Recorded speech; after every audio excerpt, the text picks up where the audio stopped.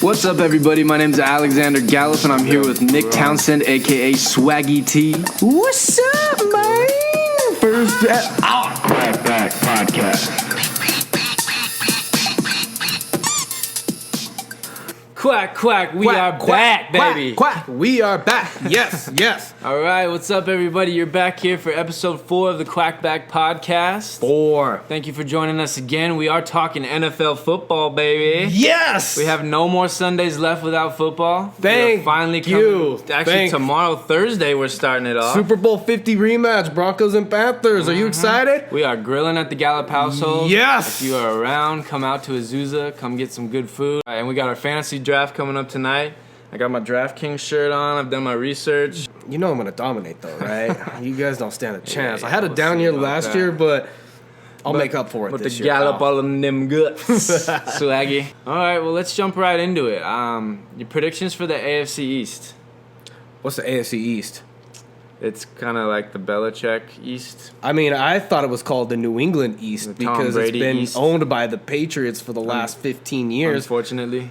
The New England East, I mean, Is there anyone that you think could challenge, though, in the AFC East? can pigs fly? The answer to that is no. New England's won this division every year except for 2 separate times. One of those years, Brady was out for the season with a torn ACL. Since 2001, I don't expect that to change, even with Brady suspended for the first 4 games of the season. As long as old Bill Belichick is there at the helm, New England's going to come out on top again. And Yeah, I mean, I agree. I just would really like to see someone other than New England. Because of the fact that they always win the AFC East, I would really like to see someone other than New England win. I think there's one surprising team to me, at least from what I've seen in the preseason, and that's the Miami Dolphins. And if they got Arian Foster now as the starting running back over there, and if he can stay healthy, obviously he's getting a little bit old, but if he can stay healthy, I think they got a chance. They've got some firepower over there in Miami. Miami seems like they have this hype every year that they're finally going to break through, and they never do. I don't think it's going to happen again this year. The Jets, I think they were a one-hit wonder. Fitzpatrick having that holdout, I think is going to hurt them, at least at the start of the year. The Bills are the Bills. That's the I thought thing. the Bills were going to make the playoffs last year, break their drought, and it didn't happen. Right. So, But I'm saying Jets, Bills, Dolphins. I think probably the Dolphins are the highest rated team out of those 3. Don't you think? Who's the highest rated pick out of the Jets, the Bills, and the Dolphins? I would probably have to agree go with with you. neither? I would definitely go neither because I think all 3 of them are not going to be that good. But if I had to pick one, probably have to go with the Dolphins. Okay, But I don't that's think what they're I'm going to make the saying. playoffs. I think they'll be lucky if they win 8 games. But Sure. And AFC North, we've got obviously Pittsburgh as a sexy pick there. We also have, though, potential challengers. We got Baltimore running in there. We've got Cincinnati. We've got Cleveland. What are you thinking? Cleveland. Well, let me say this. Pittsburgh, this is one of the more fun divisions because there's always that sexy pick. In this case, it's Pittsburgh. But you just never know in that division because they always have a good challenge from Cincinnati or Baltimore. Cincinnati's made the playoffs the last 5 years. Haven't done anything the last 5 years. I think this is going to be the year that they don't even make the playoffs. So I think Cincinnati's going to be back to mediocrity. But the team you got to really watch out for is Baltimore. They had a down year last year, but half their team was hurt. Joe Flacco got hurt. Steve Smith Sr. got hurt. So I fully expect Baltimore to have a bounce-back year and compete with the Steelers. I think Baltimore will compete with the Steelers. The one team that kind of surprised me this preseason was actually the Cleveland Browns. Offensively, they actually showed me a lot. RG3 coming back, doing some really solid work in the preseason. Terrell Pryor catching the ball. Josh Gordon back there catching the ball. Isaiah Crowell running the ball. Really kind of a surprising offense, actually. I really hope RG3 comes back. He had a few rough years in Washington. They've got potential. Plus, they got your boy Hugh Jackson. I know you say that's not your boy, Wouldn't call him my but boy. He didn't do jack for Oakland. I so. think they'll win a few more games than they did last year, but they're not going to make the playoffs. AFC South, kind of a wide open division here. We got Colts potentially coming back. I'm not super sold on Andrew Luck just because of his offensive line. Hasn't really been able to keep him off the ground this preseason. They've just been kind of letting the door open and letting everybody in to hit him. So I think if that continues, that it's going to be a really long season for Andrew Luck. And honestly, my pick for the AFC South is Houston. This is going to be a telltale year for Andrew Luck. Those first 3 years he was in the league, he was getting better and better. He was just at the peak of becoming an elite NFL quarterback.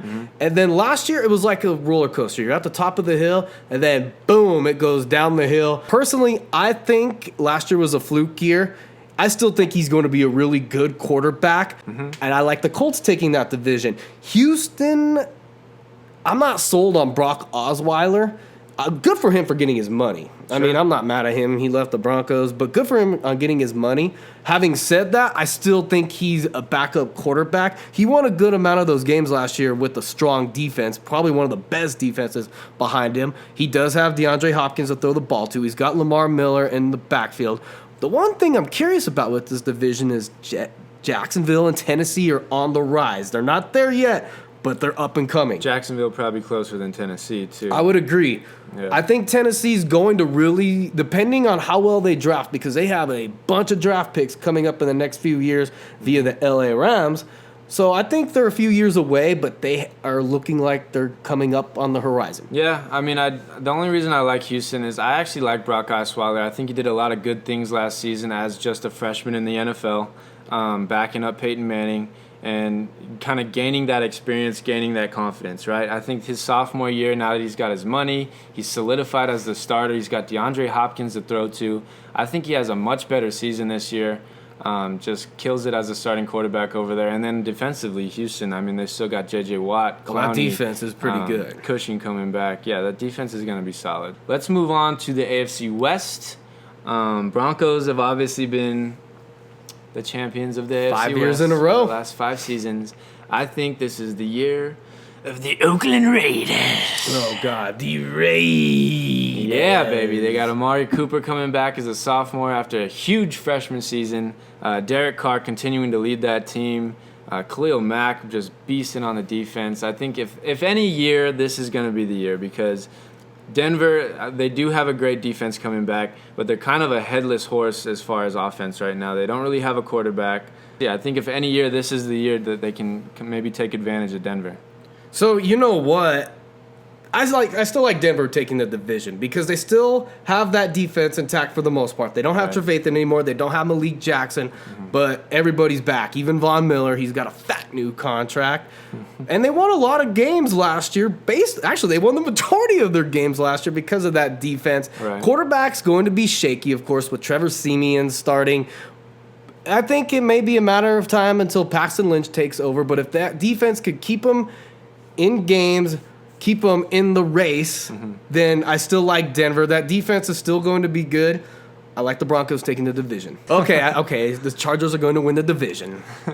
Nah, not really. I don't think it's slapped. What about careful? What about 2 AFC wildcard teams? You know what? You mentioned the Raiders. I just want to say this about Oakland. They're that team that I find the most intriguing because on paper they look like they could be really good. They also have that feel that they could come out and just stink it up and be the most disappointing team. So it can go either way with Oakland. Have been fairly disappointing maybe the last 15 years, so I guess I could see where you're coming from on that. Maybe it might be a 16th. But I think I'm going to go with them at least making the playoffs as a wild card. With Carr, Cooper, they picked up Bruce Irvin, Khalil Mack. I like them as a wild card team. And along with them, I think Baltimore's going to have a bounce-back year. I think they're going to be the second wild card team. They're definitely, I think, going to be much more healthy. I like Baltimore. I like Baltimore as well. I also like my second wild card team is the Miami Dolphins. As I stated at the beginning, I think they've been quietly putting some pieces together and kind of flying under the radar, and I think this season they really kind of come out and show what they have. That's pretty much the whole AFC. Who do you have in the AFC Championship game? There's 3 things that are guaranteed in life: death, taxes, and the Patriots playing in the AFC Championship game. They've been there the last 5 years. They're going to make it 6 years in a row. On the other side, I like Pittsburgh playing in that game. One thing you got to keep in mind if it is going to be New England and Pittsburgh, New England has dominated that matchup ever since Brady took over. I think Pittsburgh's only won 2 or 3 times in the last 15 years. But I think this is going to be a year where Pittsburgh's going to get the better of New England. I think that game's going to be in Pittsburgh, and I think Pittsburgh comes out on top and goes to Super Bowl 51. High five, my man. I am exactly with you on that. We agreed on something for once. This is a crazy. shocker. I think definitely it's going to be Patriots and Steelers in the AFC Championship game. I think the Steelers come out on top. I mean, Antonio Brown, Le'Veon Bell, they've got, even though Le'Veon Bell is suspended for the first 3 games, they've got D'Angelo Williams backing him up. That's the good thing with them is they have running back depth. Yeah, they've got D'Angelo Williams backing him up, who did a great job last season. I think as long as he can do that for 3 games, which is nothing for a guy like D'Angelo Williams, who's a seasoned vet, he's going to play 3 great games at running back. Le'Veon Bell's going to come back. Antonio Brown's probably the best receiver in the league. Antonio Brown's the best receiver in the league. They got Big Ben Roethlisberger, just a solid human being at quarterback. I'm going to go right now and say that they win the Super Bowl this year. We'll get to that in a moment. We'll get to that in a moment. Let's go NFC East. How about we flip it to the other side, go with the NFC. Right. Start the NFC East. It looks like it's going to be a 3-team race between Dallas, New York, and Washington. What's your take on this division?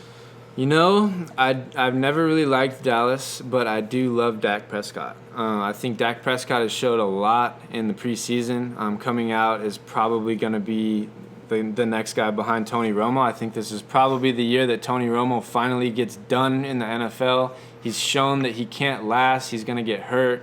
He's an old guy, and he's not as athletic. Dak Prescott also brings another aspect to that offense, which is the running quarterback, which Dallas hasn't had really with Tony Romo. I'm going to have to agree with you again on something on this Quackback. I think Tony Romo, I think this is the year that he gets replaced for good because he's getting up there in age and he's been getting hurt too often the past couple of years, especially it really started last year. Mm-hmm. I remember a few years back he had to miss that last game of the regular season. He's just getting too injured too often. Yeah. And Prescott has looked really good in the preseason, and they're going to have him for a while, at least 6 weeks, possibly 10, maybe even longer. If he comes out, leads them 6-2, 7-1. You never know, but I think this could be the year that Tony Romo, actually I do think this is going to be the year that Tony Romo gets replaced for good and Prescott is the future. So you got Dallas taking NFC East. You know what? As wild as it sounds, because I typically do not ever pick the Cowboys to win the NFC East, I think the Cowboys win the NFC East. It's going to be a tough one. I think it's going to be between the Cowboys and the Giants. I think the Giants have serious firepower, at least through the air this year. They've got Odell Beckham. They got Victor Cruz coming back healthy. Eli Manning doing what Eli Manning does, being a Manning and just getting them the ball. They got Rashad Jennings running the ball. They got that new coach. What's his name that you like so Bob much? McAdoo. He's got a great name. Bob McAdoo. So, yeah, my prediction is New York taking the NFC East. No faith in Washington, huh?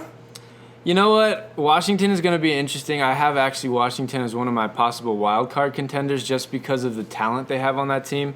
As an organization, though, I really don't like Washington. I don't like the way they call plays. I don't like the way they pick head coaches, all that kind of stuff. Their owner, really don't like them. Old Daniel Snyder. Yeah, but as far as talent on that team, if they can put it all together, I think they have definitely some pieces on that team that could do something. I think that was smart of them to not give Kirk Cousins a long-term deal just yet. Yeah. Because he had a good year last year. But it was 1 year. It was 1 year. It was also a contract year. Yeah. So I like that Washington basically did the franchise tag and said, okay, if you do it 1 more year, show us that you could be good in the long run, then we can talk long-term deal. So I think that could give Kirk Cousins more motivation, but I'm not sold on Washington. NFC North, though, we got Green Bay possibly having a bounce-back year this year. Eddie Lacy's looking much more slim this year.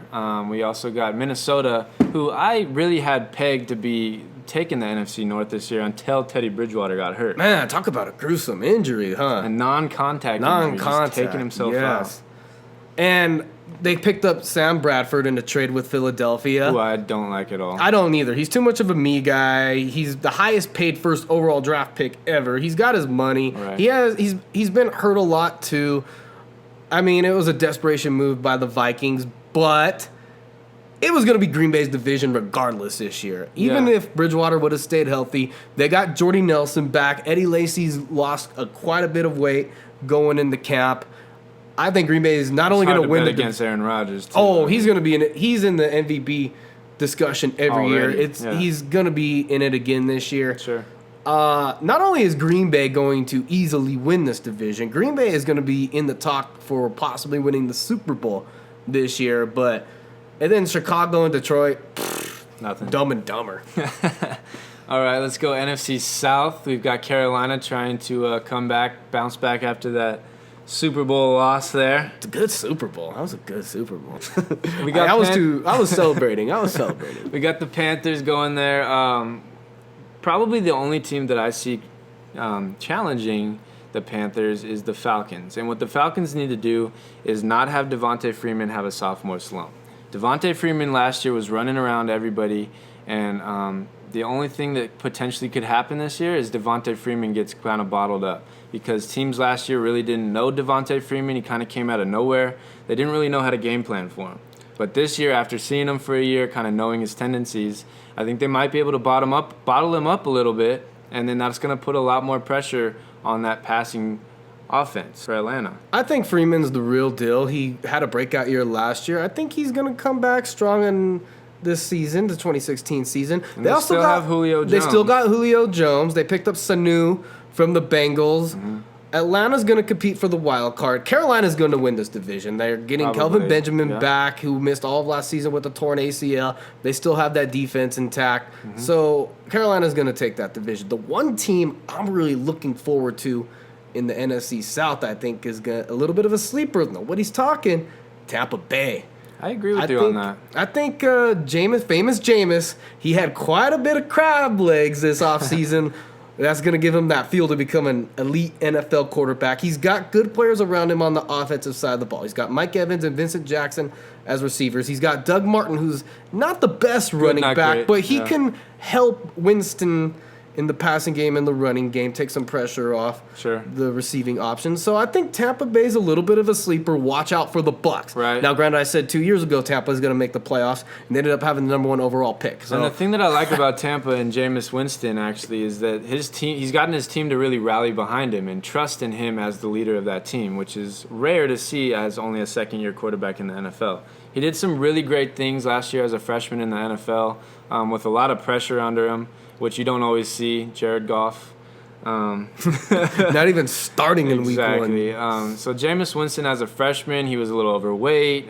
Still had a decent season last year as his first year. I think he continues to build on that this season. He's got his team rallying behind him. I agree with you. The Buccaneers could make some noise this year. But let's go NFC West, and just thinking of the NFC West, it's exciting. You got it's a good one. got 2 heavyweights in this division. You got Arizona, you got Seattle. LA and San Francisco. Out.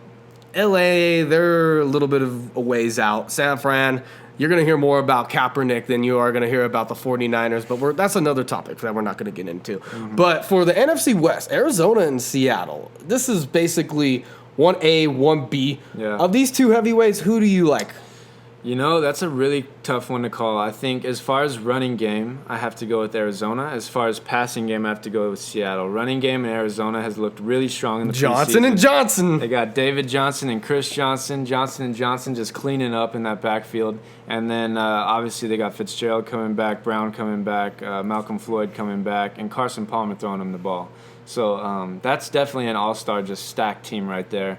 But I think probably Seattle has the edge as far as the passing game. I think Russell Wilson has really established himself as a passer. He's going to have a much better passing season this year, and he's got a lot of targets to throw to this year. You know, Russell Wilson really elevated his passing game last year. He became more than just a dual-threat quarterback. He still is a running quarterback, but he had his best year passing the ball last year. He's getting more and more comfortable with the receivers. He's also getting Jimmy Graham back. I think the one big difference between these two is that was a great pickup by the Cardinals to pick up Chandler Jones on that defensive line. Sure. They already have a great secondary. They're also getting the Honey Badger, Mateo. Mm-hmm. He's going to be coming back. Yeah. I think Arizona's going to take the NFC West, but it's going to come there. I think it's going to be a 1-game, maybe 2-game difference. That's how close they are. It's gonna be tough. I could see one winning 13 and another team winning 12. They're that close, but I think it's going to come down to a game, maybe 2. So what are your picks for wild card teams? Well, I just mentioned Seattle's going to be a wild card.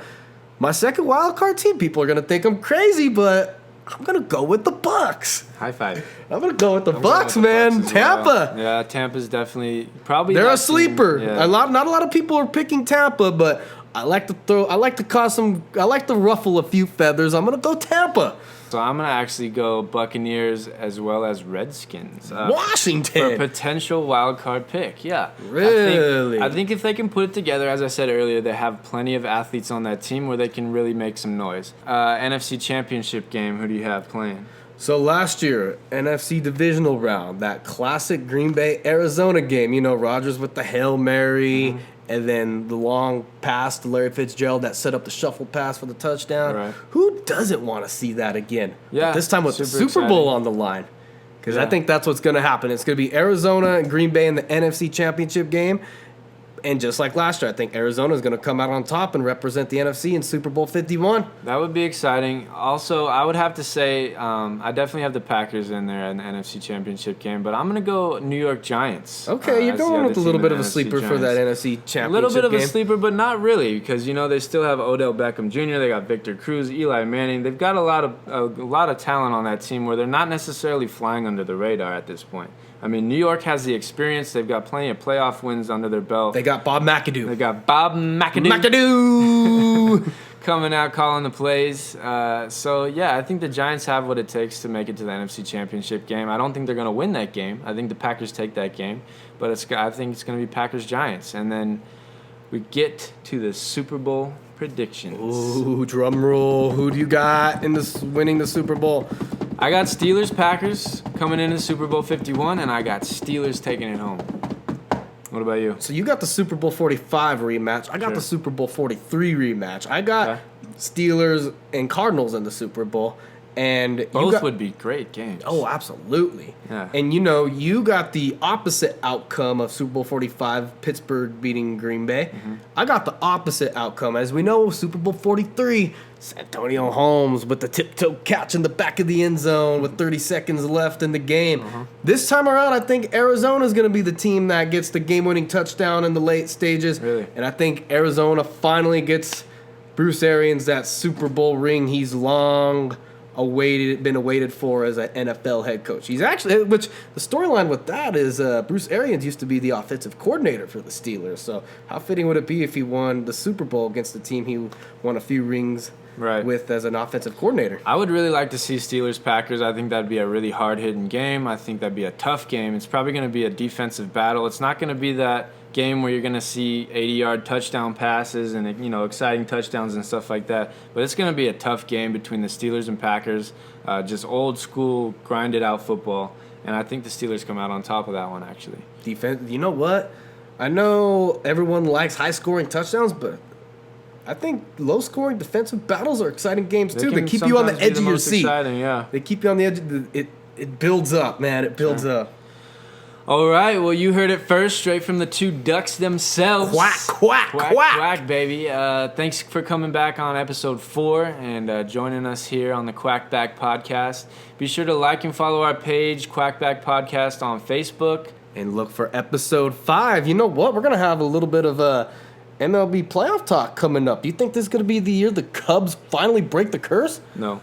No. I've had Toronto since the beginning of the season, so I'd say Toronto still. Okay. It's looking good. Well, we'll get more into that for our next episode. But until then, peace. Quack. Quack. Quack. Quack. Quack. Quack. Quack. Quack. Quack. Quack. Quack. Quack. Quack. Quack. Quack. Quack. Quackback Podcast.